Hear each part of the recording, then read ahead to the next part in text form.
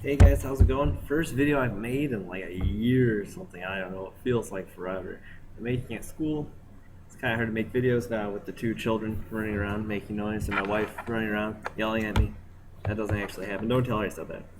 Don't tell her I said that. Today we are going to be looking at, well, it says 6.2, but we all know it's actually going to be, right, 5.2. Not responding. Oh, Jiminy Crickets, this isn't good. Alright, we're coming through. We're coming through. Slow laptop, it's getting old. A quick review of sigma notation. Remember that E symbol. If you're taking E of A of K, also used for like standard deviation. You're just adding up all the terms from 1 to n, right? So you're adding up A1 plus A2 plus X3. Alright, so like if you had sigma X squared from 1 to 5, that would be whatever 1 squared plus 2 squared plus 3 squared plus 4 squared, great game, plus 5 squared is. Right? Right. Right. We're almost done.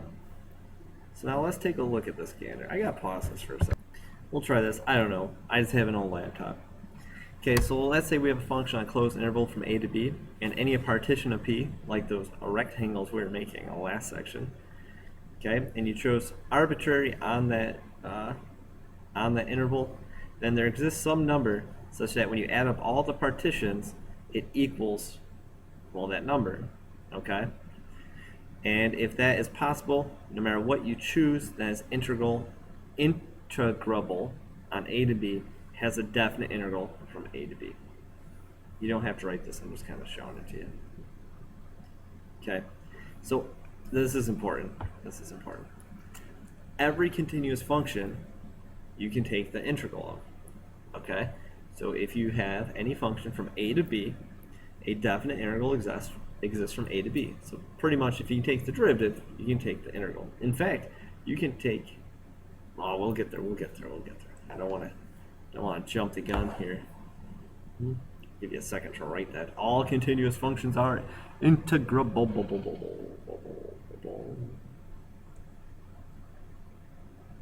And here's what it is.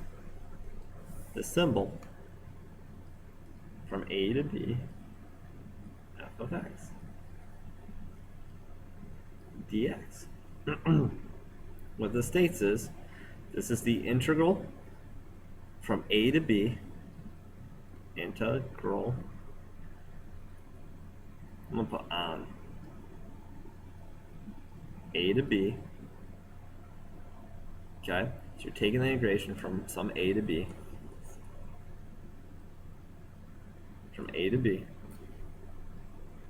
of your function in terms of x. Okay, that's your integration symbol. Yay! New math. Holy smagolies. Let me expand your horizon. Got it. So let's say we are partitioning a function from -2 to 4 into some n subintervals of equal length of 6 over n, right? Right? M of k is going to denote the midpoint of the kth interval, so the midpoint of those rectangles, right? Express the limit. This is an integral. So if we're writing it as an integral, we write our symbol. We're going from -2 to 4, right? Right? Then wherever we see that midpoint, we plug in an x. So it's 3x squared minus 2x plus 5, and the whole thing dx. That's it. That's all you're doing. Much easier than what you think it is. I told you it would be. Okay, now here's something crazy. Your area is negative when you're below the x-axis. Okay, you have negative area when you're below the x-axis.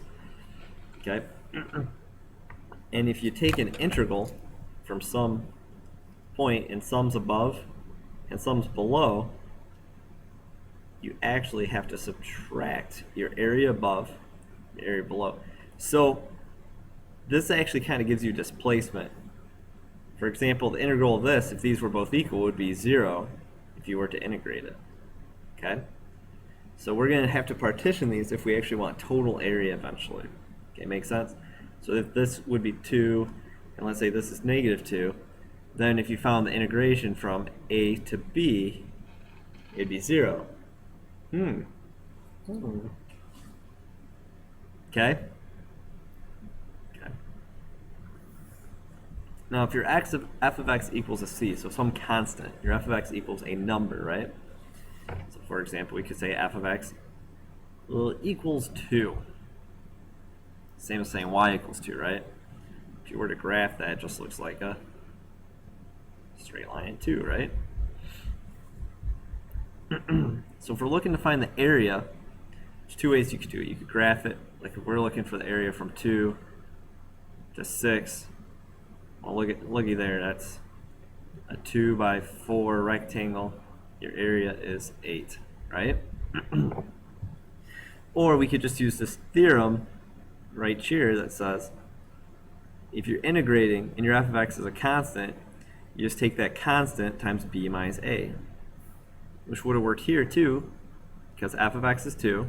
So if we integrate 2 from 2 to 6 dx, you take your 2 and you times it by 6 minus 2, which is 4. Okay? So let's look at one more. Let's say you had f of x equals -5. You want to know what's the area from 1 to 6. Okay? So if we use, so we're finding the integral from 1 to 6 of -5 dx, right? So if we use that formula, you go -5 times 6 minus 1, which is -25 is your area. Okay? Not too bad. Not too bad. Now this is using NINT.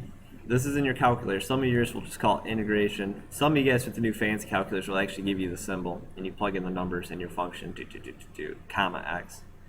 Okay? Here's my goal for you guys. Try it. See if you get your 2.04 by plugging that in the calculator. You're going to do NINT, parentheses, x sine x, comma, in terms of x, comma, from -1, comma, to 2. So pretty much you plug in your function with respect to x, then you put in your a and then your b. So your lower bound and your upper bound. Okay? Try it out, see what you get. Enjoy. Nice easy video to get back on that wagon. Get back on the wagon. Have a good